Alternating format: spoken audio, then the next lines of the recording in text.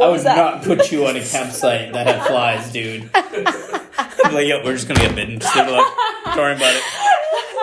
Thanks, Anya. We all really do come from different walks of life. And I think it's really important to explain why and where we came from and why we even decided to, stay in the career that we're in right now. Well, I don't even know what you were trying to do. To match tones. I think we're olive oil. Okay.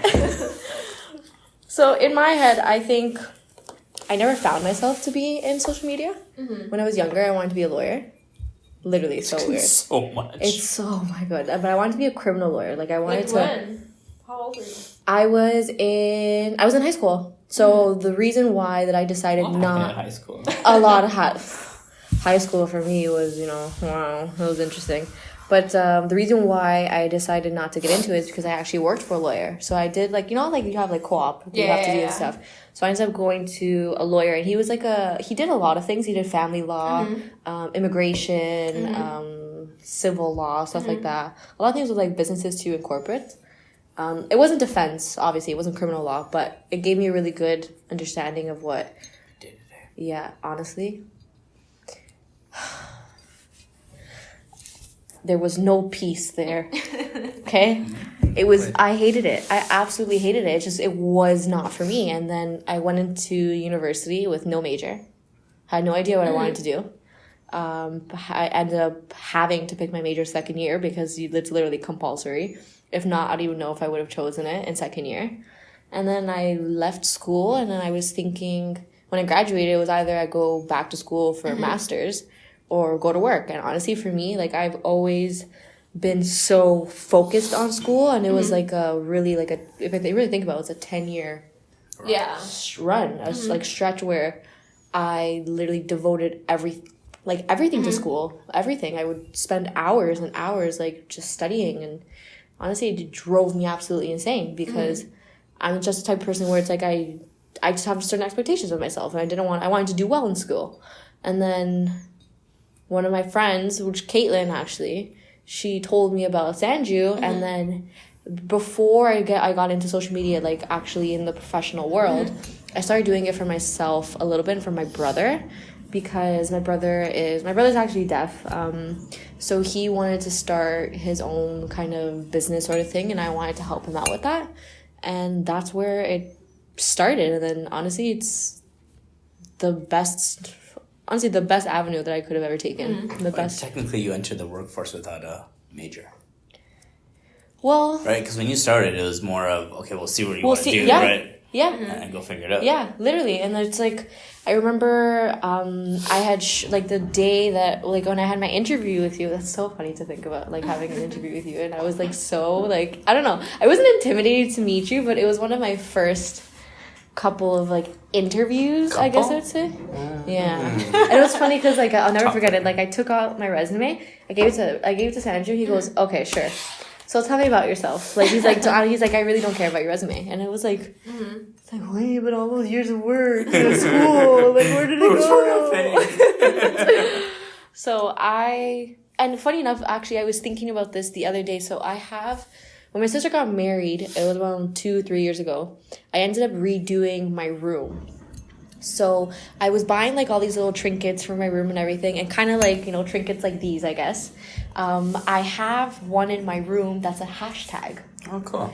And when I think about it, when I bought that, I wasn't in social media. But it's just so interesting how things really do come full circle. And it's crazy. I don't know. It's kind of a actual physical representation of, I guess, what I do. Oh, you're just looking for things. Yeah, I mean, in retrospect, it's marble and gold, so that's probably why I bought it. But nice. Yeah, that's pretty much it. That's my story. That's Nat for you. Are you sticking to it? I kind of have to, Cool. Madame? I'm next. You're next. Okay. After high school, I didn't know what I wanted to do with my life either, so I did global business management, which was management, business, and marketing. And afterwards, I realized I want to move somewhere else to try life abroad, I guess. So I lived 3 months in New York. Really? Yeah. I didn't know that. Yeah. Ooh, so you were born in Ukraine. Yeah. So I spent some time traveling, etc. So then I realized I wanted to do marketing and everything. And then I had a lot of friends who moved here too, and that's why I'm here now. So yeah, I worked with Maria previously, and that's how she introduced me to Sandro and GNL. I knew I wanted to do marketing, but I never knew like what exactly in marketing, you know? There's so many aspects to marketing. Yeah. Especially today, like everything is marketing, to be honest. So then Sanju told me that he needs a person who will handle marketing projects from different perspectives. And I'm like, oh, this is perfect. Because I want to do marketing, but I don't know what exactly I want to do, right? So yeah, I was really happy when I got this opportunity, and I was really nervous on the day when I came to the interview. Awesome. And then I didn't know what to expect, you know. I saw him once when we had a meeting with Maria, I guess. But I didn't know anything, right? And I brought my resume too, and he's like, okay, whatever. Yeah. Tell me about yourself. I'm like, Like, I spent so much time doing this resume, and he never cared. I'm sorry, do you want me to get it now? I can go get it if you want. No, but that was awesome, yeah. So that's how it all began. Okay, so Sanj, what about you? Always look at someone's resume so they don't feel bad they didn't look at it. You can just like pretend, just like glance over. It's oh, Anya. Okay. I found it online. Mine's an interesting one. It all started on a dark and stormy night in so I've always not been able to just do one thing. It's really weird. I've never been able to sit still. I've never been able to just kind of sit there and do one thing. And then, unfortunately, it became worse and worse as I grew up. So when I was younger, the first thing that I tried is I started my own web development company. And I used to take my brother and my dad with me everywhere because, I would be like, who's this kid? And kind of not take it seriously. But those were the days when, you were experimenting and creating really cool things out of what seemed magical at that point to people, right? Because it was like, whoa, what happened, right? And I used to be hardcore in the sense that I used to literally open up Notepad and code off the top of my head and start from scratch. So we didn't have all these tools like WordPress and all back then. So it was literally, we'd take a piece of paper to the client and say, sketch what you want, and we'll bring it to life. Wow. And, without any graphic designers, without anything, we'd literally code it all into to the system. I ran that for a few years.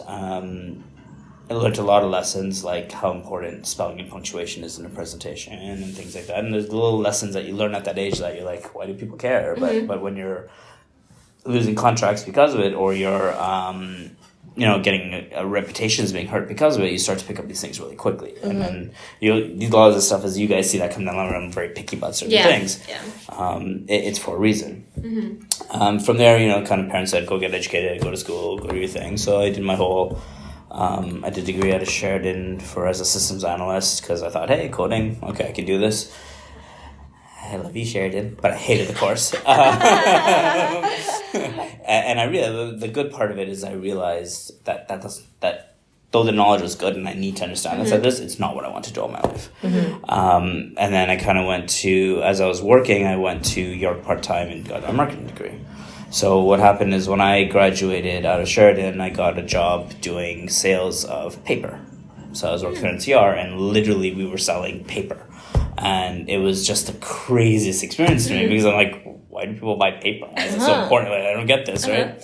But that taught me a lot because I reached a point where I was, 23? And I was managing 40-year-olds. 50-year-olds, right? And it was the same struggle I felt as when I had the web development company where people looked at me like, who the hell are you, right? So that particular job taught me how to get people to respect you, but not by being unkind or by being forceful with them, but by showing them that, with a little love and a little understanding of each other, you can actually get to where you want to get to. And what started happening is I kept changing jobs every year and a half because I just didn't know what I wanted to do. But what I started looking at I started looking at them as things I didn't want to do. So I would take a job and I would go, okay, I'm going to do this and I'm going to figure out if this is what I want to do or I don't want to do it. So from there I moved into Microsoft. I did that for a little bit. We'd help their partner community. We'd consult with them on different levels, technology, marketing, sales, all that. And that's where the marketing thing kind of came out. Got moved into Dell and helped them with the acquisition of a software company and then building that whole business out. And then got up one morning at a conference in Orlando, and at that time I was starting to date Selena, and I pretty much said, I can't do this anymore. So kind of flew back, handed everything back, and went and started my own thing. And the reason I did that is because on the other side is I saw a big gap in the market where people were being consultants, which is great, awesome, you need it. But they'd give a client an 80-page report and say, see you later, thanks for coming out, right? Give me my cash and I'm gone. And the client sits there and goes, what do I do with this, right? So what we were able to do is create that strategy and actually start executing on it. So obviously in the beginning it was insane because I would sit there and I'm literally everything from the accountant to the janitor to the SEO guy to the social guy to everything all rolled into one. And time was only so much. So as we start to build and scale out and bring people on, we start to identify the fact that agencies were just agencies. So what I mean by that is either you were a social media agency or you were a web development agency or you were an SEO agency, but nobody was kind of everything. Or if they were everything, it was so insanely outrageously priced that it was like, you can't do it. Yeah. Right? So what we kind of wanted to do is build one place where you could get everything at a reasonable price. Right, so we brought in the different departments, which kind of you guys represent, and started going out there and doing things based on what was best for the client. And that's one thing that really resonated with me is during the let's call it the rise of digital marketing, there are a lot of people in there just trying to make a buck. So they'd come in, people didn't know any better. Oh, I'll do your SEO, blah, blah, blah. 8 months later, it takes another few more months, so it takes another few months, and they keep dragging the person on, and they'd never get any results out of it. Which made the best part of my conversation walking in the room is, I got burnt by the last guy. And I used to love those conversations because of the transparency that we were able to offer and the track record of results. So why did I start this, or why did I get into this? I just love marketing. It kind of helps me bring on the creative side, but also the business side of it. So sort of the business analyst side of it and, kind of bring it all together. But we actually get to see people grow and be successful. And I think that's really cool, right? And when you're able to have a reputation where you don't really market yourself, where, when people hear of you or get to know you, it's like they don't go anywhere because everything you offer is perfect. So that's really what we want to do. So when Selena joined on board, we kind of started implementing a bit harder in terms of building reputation and building brand versus just quality of service, so to speak. So that's sort of where we're at now.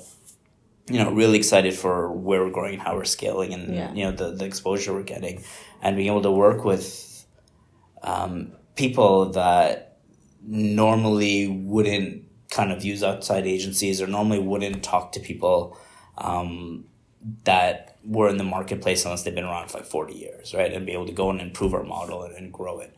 And then expand into different countries like the States and Europe. We're starting to move into Bermuda and Cayman Islands. It's really cool, right? So you start to take all these cultures and put it into one place and build things that are sustainable. So that's well, I always liked how diverse even our own team is. Even if you look at the table that we're sitting at, right? We're literally all from how I started the podcast. We're all from different walks of life, and I guess I like how.